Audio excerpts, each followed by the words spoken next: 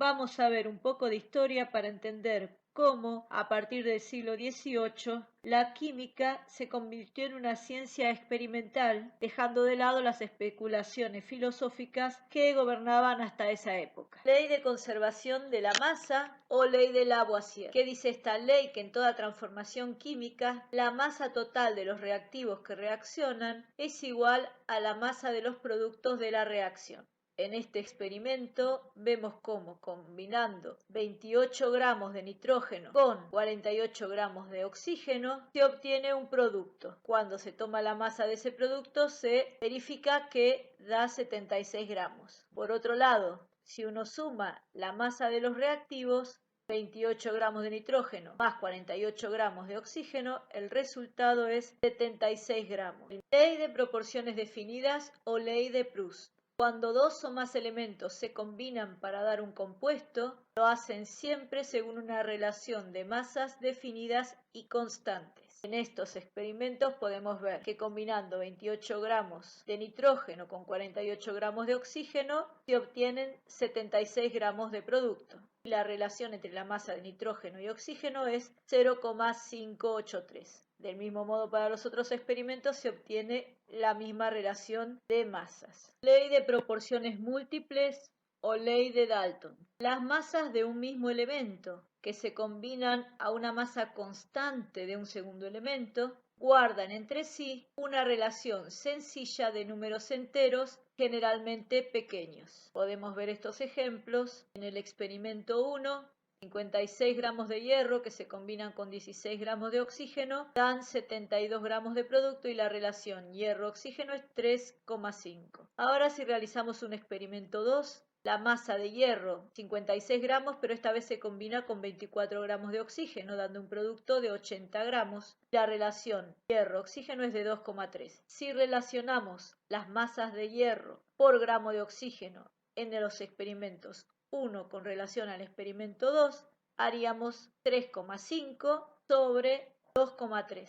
El resultado es 1,5. Y si lo pasamos a relación de números enteros y pequeños, la relación sería 3 sobre 2. Ley de proporciones recíprocas o ley de Richter. La razón de las masas con que dos elementos se combinan entre sí, o bien multiplicado por un factor, es igual a la razón de las masas de esos mismos elementos que se combinan con una masa definida de un tercer elemento arbitrariamente establecido. Esta ley establece el concepto de masa equivalente. Richter verificó los siguientes experimentos. 1 gramo de hidrógeno se combinan con 3 gramos de carbono. Por otro lado, obtenía de la combinación de 1 gramo de hidrógeno con 8 gramos de oxígeno un compuesto, que sería el agua. Entonces, a partir de la ley de proporciones recíprocas, la combinación de carbono con el oxígeno debería ser 3 gramos de carbono con 8 gramos de oxígeno. Teoría atómica de Dalton. Dalton postuló que para la combinación de los distintos elementos había una unidad fundamental y esa unidad era el átomo. Los átomos, para Dalton, eran indivisibles, increables e indestructibles. Por otro lado, los átomos de un mismo elemento son idénticos entre sí, tanto en masa como en sus propiedades. Los átomos se pueden unir y dar sustancias compuestas. Se unen en relaciones sencillas y constantes. Estos postulados de las teorías de Dalton no resultaron ser tan verdaderos con el tiempo. El primer postulado pierde validez cuando se descubre la radiactividad. La teoría de Dalton es cierta sola en las reacciones químicas ordinarias. El segundo postulado deja de ser cierto cuando Armstrong descubre los isótopos, que son átomos de un mismo elemento que tienen distinta masa. Por ejemplo, para el hidrógeno se encuentra el hidrógeno, el deuterio, que tiene el doble de masa, o el tritio, que tiene el triple. Para el tercer postulado, dejan de ser cierto cuando se descubren que los bertólidos no cumplen con este postulado. Luego existe un capítulo en la química en donde Gay-Lussac comienza a trabajar con gases y verifica los postulados de la teoría de Dalton. Sin embargo, cuando Avogadro revisa esos postulados, realiza dos sugerencias a las ideas de Dalton. La primera es que las partículas de un gas no están en contacto, sino aisladas y muy separadas entre sí. Y la segunda es que las partículas de los gases simples pueden ser moléculas poliatómicas, formadas por dos o más átomos. Entonces acá ya deja de ser la idea de que los compuestos en su unidad fundamental son átomos y se convierte a otra idea de que en realidad la unidad es la molécula. Si observamos acá, por ejemplo, según la teoría de Dalton, si tomáramos como la unidad al átomo, un átomo de hidrógeno, que representaría un volumen del gas, combinado con un átomo de cloro, que representaría un volumen de gas, finalmente deberían formar un volumen de cloruro de hidrógeno. Pero esto no se verificaba en la práctica, sino que cuando se combinaba una molécula de hidrógeno que está formada por dos átomos de hidrógeno con una molécula de cloro que está formada por dos átomos de cloro, se formarían dos volúmenes porque cada combinación de molécula a molécula da el doble de moléculas de cloruro de hidrógeno. Se forman dos volúmenes de cloruro de hidrógeno. Entonces la unidad no es el átomo, sino la molécula. Entonces, Avogadro postula su hipótesis molecular. En el postulado 1 dice que cada sustancia está constituida por pequeñas partículas materiales llamadas moléculas, que presentan las propiedades de las sustancias respectivas. El postulado 2 dice que cada molécula se considera integrada por átomos. El postulado 3 dice que las moléculas de una sustancia simple están constituidas por átomos de la misma especie. Y el postulado 4 dice que las moléculas de sustancias compuestas están constituidas por átomos de distintas especies.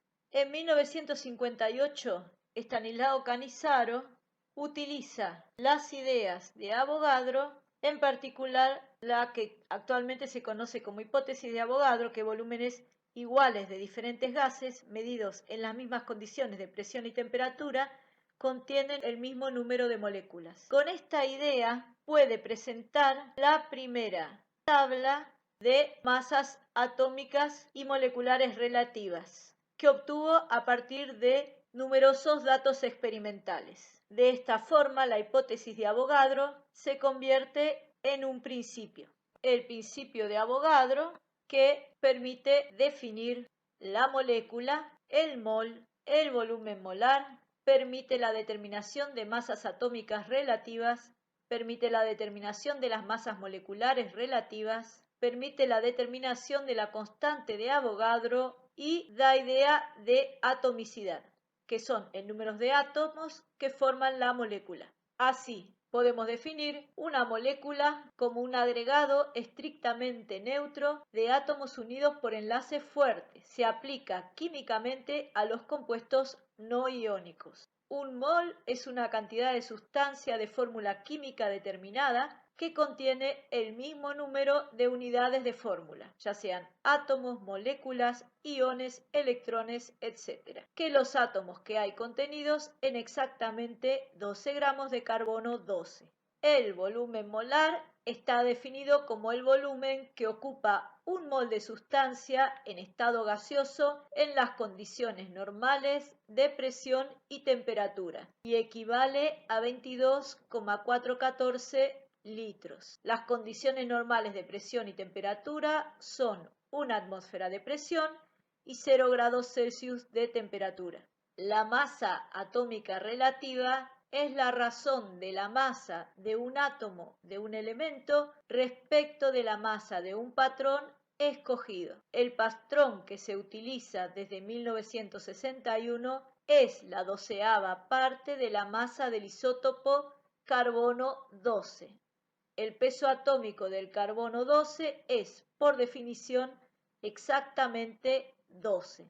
La masa molecular relativa es la razón de la masa de una molécula de una sustancia respecto a la 12ª parte de la masa de carbono 12. Número de Avogadro es el número de átomos de carbono 12 que hay en exactamente 12 gramos de carbono 12. Las medidas experimentales proporcionan un valor del número de Avogadro, que sería de 6,02 por 10 a la 23. Tanto la masa atómica relativa como la masa molecular relativa son estrictamente adimensionales y el número de Avogadro es un número puro. Unidad de masa atómica unificada o Dalton.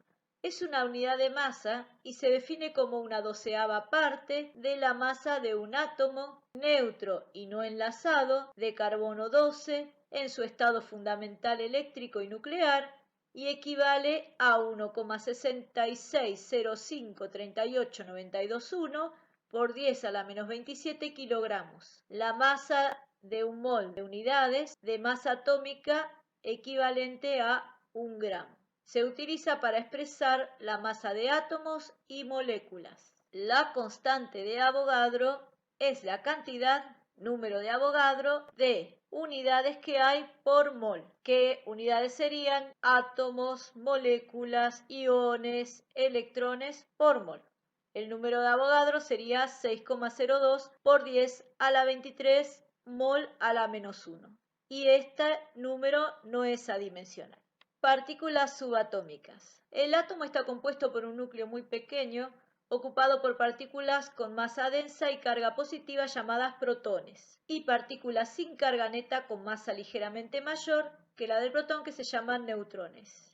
Este núcleo está rodeado por partículas con masa muy pequeña y carga negativa en rápido movimiento que se llaman electrones. Los átomos en conjunto son eléctricamente neutros porque se igualan las cargas positivas en el núcleo generadas por los protones con el número de cargas negativas fuera del núcleo que transportan los electrones. La unidad de carga eléctrica es de 1,6 por 10 a la menos 19 coulomb, que puede ser una carga positiva o negativa. El número de protones nucleares se designa como el número atómico de los elementos y se lo simboliza con la letra Z mayúscula. El número másico se simboliza con la letra A mayúscula y corresponde a la suma de protones y neutrones. En este esquema vemos a las tres partículas subatómicas. El protón con una carga positiva y una masa de 1,672 por 10 a la menos 27 kilogramos. El neutrón sin carga y con una masa de 1,675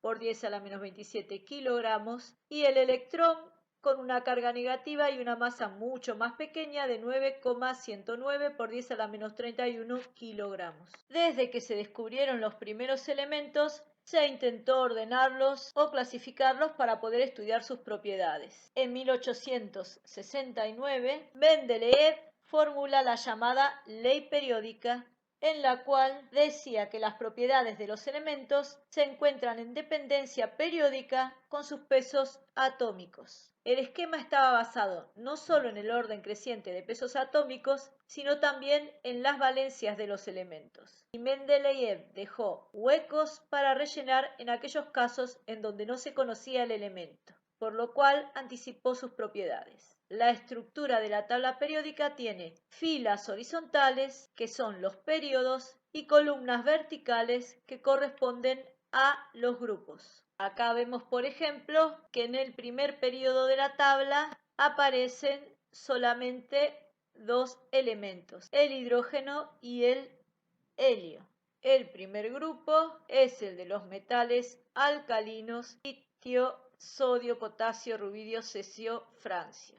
Propiedades periódicas. Potencial de ionización. Es la energía necesaria para separar completamente un electrón de un átomo en su estado fundamental. Se expresa en electrón-volt. Afinidad electrónica. Es la energía puesta en juego cuando se adiciona un electrón a la capa de valencia de un átomo. Generalmente se expresa en electrón-volt o volt-joule. Aumenta hacia el flúor. Electronegatividad. Es la mayor o menor tendencia que tiene un átomo para atraer hacia él los electrones en una unión química. Es relativa de un átomo en un enlace. Y lo interesante es que sirve como propiedad predictiva. En general, la diferencia entre electronegatividades oscila entre 0 y 0,4, se dice que la unión química es covalente. Si oscila entre 0,4 y 1,7, es covalente polar, Si es mayor a 1,7, la unión es iónica.